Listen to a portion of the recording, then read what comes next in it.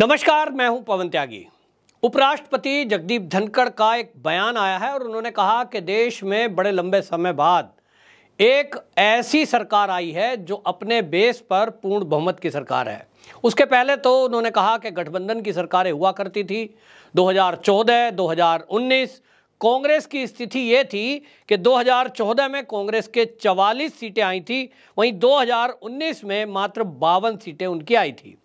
इसी तरह का हाल अगले दिनों में भी होगा। तो उनके कहने का मतलब ये था कि जो सरकार, जो गठबंधन, जो ये इस समय INDIA नाम का भी बनाया हुआ है, अगर इसमें पार्टियों की अलग अलग सीटों की स्थिति देखें, सबसे बड़ा इसमें दावेदार कांग्रेस है। और कांग्रेस की हालत यह है कि 2014 में 44 और 2019 में 52 सीटें। तो ऐसी स्थिति में जब ये सरकार थी भी इनकी UPA 1, UPA 2, तो इतने सारे दलों के साथ मिलकर के सत्ता में थे कि ये लूट खसूट में मचे हुए थे और बस एक दूसरे को जेल ना जाना पड़े, एक दूसरे की लूट कैसे बचाई जा सके, यानी लूटे और ये अपने स्वार्थों की पूर्ति करें। बाकी दलों के किसी भी विचारधारा से कोई मतलब नहीं था, ना देश के हित का कोई लेना देना था। उन्होंने उदाहरण दिया कि जब से मोदी सरकार आई है उसके बाद से देखिए हमने इस सरकार ने कितने कानूनों को परिवर्तन किया है। उन्होंने उदाहरण दिया कि ये जो सरकार है, अब इसमें जो है संसद की ओर से जो मध्यस्थता विधेयक 2021 पास हुआ है, उसमें 40 से अधिक कानूनों का परिवर्तन किया गया है।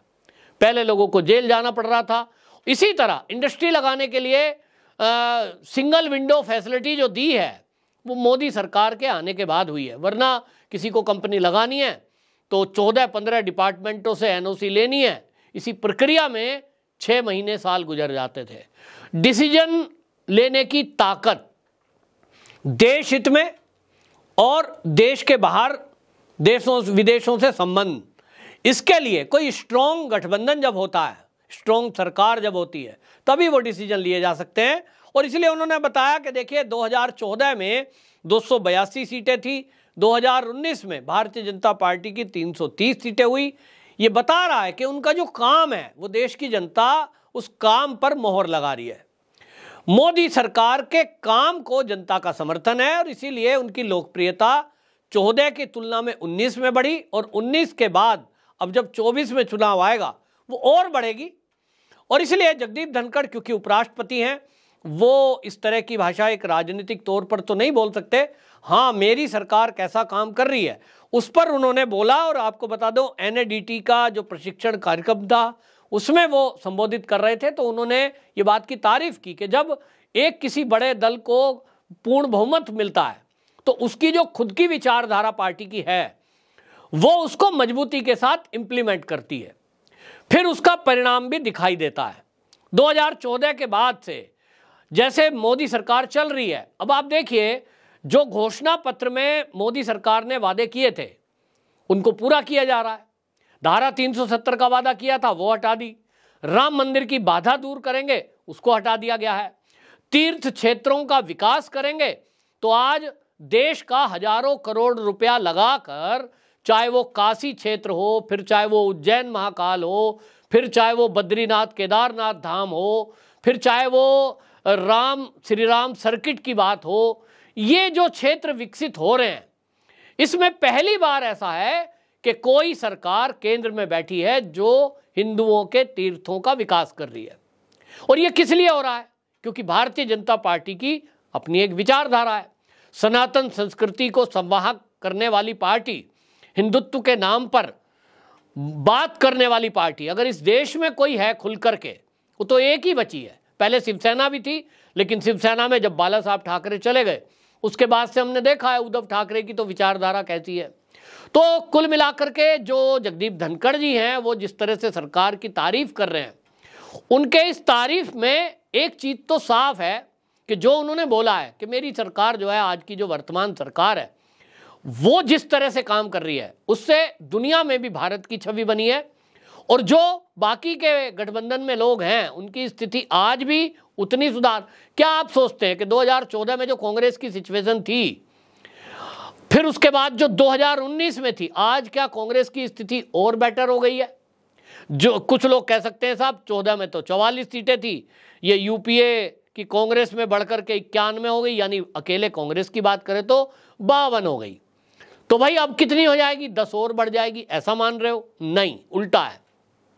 क्योंकि आपको बताऊं मैं कि अब जो काम हुए हैं, जो देश के अंदर विकास हो रहा है, जितने एयरपोर्ट बने हैं, जो रेलवेज हुई है, जो आप देखिए सड़क बनी है, हाईवेज बने हैं, नेशनल हाईवे बने हैं, और जिस तरह से मेडिकल कॉलेज बन रहे हैं, लोगों को जो केंद्र की सुविधाएं मिल रही हैं, इसका अपना एक रिकॉर्ड है।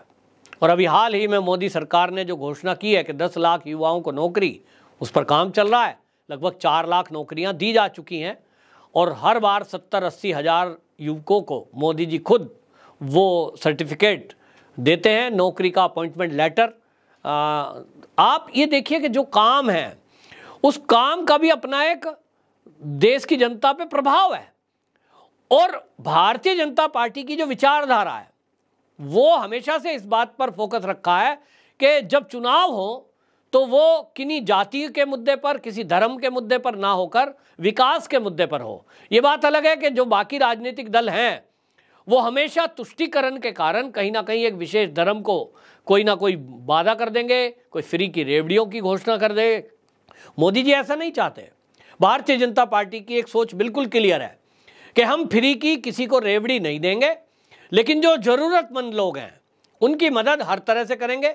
उनको मकान भी देंगे फ्री में, उनको मकान के अंदर गैस चूल्हा भी देंगे, उनको किसान है तो उनको सम्मान निधि भी देंगे, ताकि अपना 2, 4, 5 हज़ार रुपया जो उसको इकट्ठा हो, उसके अलावा उसकी खुद की फसल है, खुद का गेहूं है, खुद का धान है, खुद की सब्जी पैदा करता है। एक गरीब किसान के लिए 2,000 रुपये भी बहुत होते हैं, जिसके पास अपना मकान है, अपनी सब्जी है, अपनी रोटी चावल है। तो ये जो सरकार की सोच है, ये दिखा रही है कि सरकार ज़रूरतमंदों को जो ज़रूरत की चीज़ें हैं, चाहे वो भोजन है, फिर चाहे वो मेडिकल सुविधा है, फिर चाहे उसको आर्थिक मदद है, वो करेगी। लेकिन फ्री की रेवड़ी देकर देश की अर्थव्यवस्था को बंटाधार करना, ये कतई नहीं करेगी। आप देखिए, सब लोग एक बात विचारधारा कहते थे कि देखिए ये जो आम आदमी पार्टी आई है तो फ्री की बस यात्रा, फ्री की बिजली, फ्री का पानी, ये घोषणा कर रही है। दिल्ली में दूसरी बार भी बन गए। इसी पैटर्न को कांग्रेस ने अपनाया, कर्नाटक में सरकार बन गई। इसी पैटर्न को कांग्रेस ने हिमाचल में अपनाया कि हम ओल्ड स्कीम या लागू कर देंगे जी। तो ओल्ड स्कीम जो पेंशन की है उसको लागू करने में बेशक सरकार का खजाना खाली है। आज प्रियंका गांधी वाड्रा जो सेब के बागान वालों से वहां वादे करके आई थी कि हमारी सरकार आई तो हम सेब के अच्छे रेट दिलाएंगे, अडानी की कंपनी को गालियां दी जा रही थी। टारगेट किया जा रहा था कि मोदी जो है ये सेब के बाग अडानी को दे देगा। अगर अडानी को दिए होते तो आज स्थिति क्या होती। लेकिन आज वो वीडियो वहां से आ रही है कि लोग जो है अपने सेब को पहाड़ों पे नालियों में बहा रहे हैं। मतलब वो कहते हैं क्यों ले जाएं मंडी तक कुछ जब कीमत नहीं मिलनी है। अब कांग्रेस कहां गई? गायब। क्योंकि इनको केवल देश की अर्थव्यवस्था को चौपट करना है, इनको देश से कोई लेना देना नहीं है। भारत के अंदर जो आज ये मोहब्बत की दुकान खोलते हुए राहुल गांधी जगह जगह घूम रहे हैं, नारा तो कितना अच्छा दिया है कि हम मोहब्बत की दुकान खोल रहे हैं, लेकिन इतिहास देखेंगे तो पता चलेगा कि देश के अंदर जितनी भी समस्याएं खड़ी हुई है, उन सारी समस्याओं के मूल में जब आप जाओगे तो आपको दिखाई देगा वो तो कांग्रेस है। देश की आज़ादी के बाद से जिस तरह से महात्मा गांधी के अभियान चले थे कि अभी हरियाणा की नूह की घटना देखिए। नूह के लोग बताते हैं कि जब देश का बंटवारा हुआ और ये तय हुआ कि ये जो नूह में लोग रह रहे हैं ये पाकिस्तान जाने चाहिए क्योंकि इन्होंने पाकिस्तान के लिए ही वोट किया था, तो गांधी जी अड़ गए, नहीं नहीं ये नहीं जाने दूंगा मैं।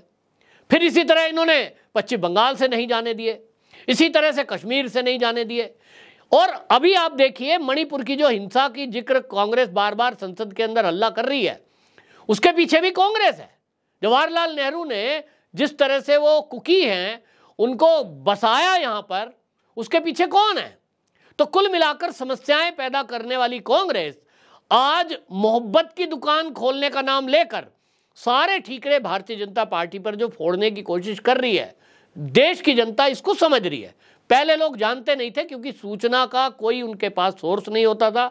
आज के युवाओं के हाथ में मोबाइल है, आज के लोगों के पास गूगल है, आज के लोगों के पास जब सोशल मीडिया है, इससे लोगों की जानकारी बढ़ रही है और इस जानकारी के कारण लोग समझ पा रहे हैं कि देश की समस्याएं किसने पैदा की और उन समस्याओं के निराकरण में कौन लगा हुआ है।